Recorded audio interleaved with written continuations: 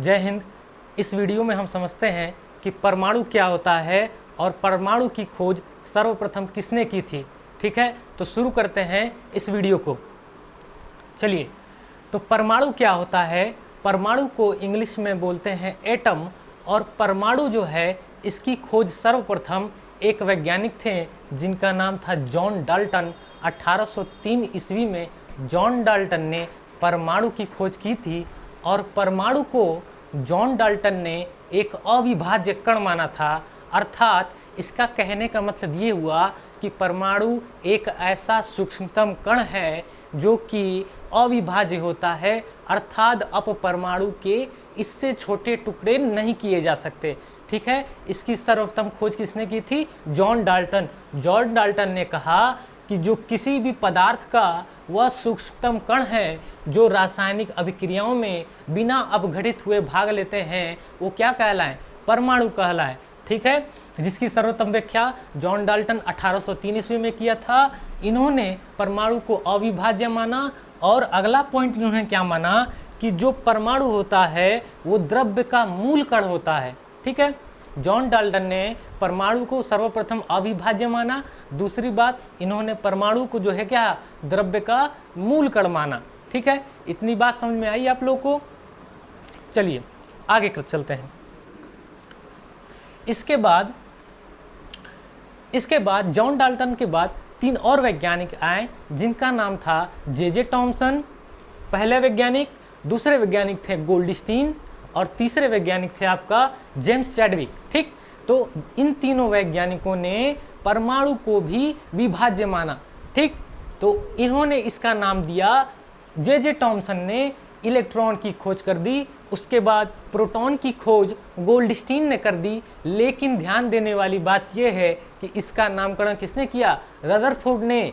तो आप लोगों को, कई लोगों को कन्फ्यूजन होता है कि जो है प्रोटॉन की खोज रदरफोर्ड ने की थी। ऐसा बिल्कुल भी नहीं है। जिस तरीके से अगर किसी घर में एक छोटा बच्चा पैदा होता है तो उसका असल माँ बाप तो कोई और होता है, लेकिन उसका नामकरण दादा दादी नाना नानी या जो बड़े बुजुर्ग हैं वो रखते हैं। ठीक उसी तरीके से जो प्रोटॉन की खोज है वास्तव में गोल्डस्टीन ने किया था, लेकिन जो इसका नाम दिया था वो रदरफोर्ड ने दिया था।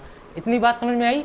इसके बाद एक और तत्व है, एलिमेंट है, जिसका नाम है हमारा न्यूट्रॉन। और न्यूट्रॉन की खोज किसने की थी? जेम्स चैडविक ने। न्यूट्रॉन की खोज जेम्स चैडविक ने की थी। तो ये था परमाणु का छोटा सा एक्सप्लेनेशन। ठीक है, अब इसके बाद एक और टर्म आता है जिसका नाम है अणु। ठीक है, अणु क्या होता है?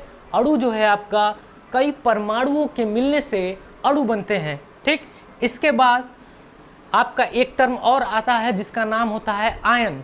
आयन क्या होता है? आयन जो होता है वो इलेक्ट्रॉन का त्यागने या ग्रहण करने से बनते हैं। फॉर एग्जाम्पल, अगर मैं हाइड्रोजन के लिए लूँ तो हाइड्रोजन अगर सिंगल H में आया तो वो क्या है? आपका परमाणु है। और अगर हाइड्रोजन आपका H2 के साथ आया तो वो आपका अणु है। और अगर हाइड्रोजन जो है एक इलेक्ट्रॉन त्याग कर H+ बनाता है तो वो बन गया आपका आयन। और अगर हाइड्रोजन एक इलेक्ट्रॉन ग्रहण करके H- बनाता है तो वो आपका बन गया आयन। ठीक है, तो आयन क्या होता है? इलेक्ट्रॉन त्यागना या इलेक्ट्रॉन ग्रहण करके जो भी तत्व बनेगा वो हमारा क्या कहलाएगा? आयन कहलाएगा। अब एक आखिरी बात, इसमें क्या होता है, जो इलेक्ट्रॉन प्रोटॉन और न्यूट्रॉन की खोज की गई थी, इसका एक परमाणु संरचना, एक स्पेक्ट्रम पाया गया जो हमको इसमें देखने को मिलता है। ठीक है, जो आपका प्रोटॉन और न्यूट्रॉन होता है वो आपका नाभिक में उपस्थित रहता है, और इलेक्ट्रॉन जो है इसके चारों तरफ एक वृत्तीय कक्षा में गति करते रहते हैं। तो इलेक्ट्रॉन पर होता है निगेटिव चार्ज, और आपका प्रोटॉन जो होता है धन आवेश होता है, और जो न्यूट्रॉन होता है उस पर कोई चार्ज नहीं होता है। ये जो प्रोटॉन होता है ये इलेक्ट्रॉन को क्या करता है? एक विद्युत बल से बांधे हुए रहता है जो इसको अभिकेंद्र की तरफ खींचता है। लेकिन जो इलेक्ट्रॉन होता है ये जो है अपकेंद्र की तरफ, बाहर की तरफ जाने का प्रयास करता है, जिससे कि ये बैलेंस रहता है और आपका इलेक्ट्रॉन नाभिक पर ना गिरता है। यानी कि अगर ये नाभिक पर गिर जाए तो इस परमाणु का अस्तित्व खत्म हो जाएगा, लेकिन ऐसा बिल्कुल नहीं है। जो आपका प्रोटॉन होता है वो इसको खींचता है, लेकिन एक अपकेंद्र बल के कारण केंद्र के बाहर की तरफ जो बल लगता है, इससे ये बैलेंस रहता है और इसके चारों तरफ एक वृत्तीय कक्षा में घूमते रहता है, जिससे इसका परमाणु का अस्तित्व बना रहता है। ठीक, तो आई होप आपको ये वीडियो समझ में आया होगा। ठीक है, तो आप इस चैनल को सब्सक्राइब कर लीजिए और बेल आइकन को दबा लीजिए। बाकी के अपडेट्स के लिए मिलते हैं नेक्स्ट क्लास में। जय हिंद।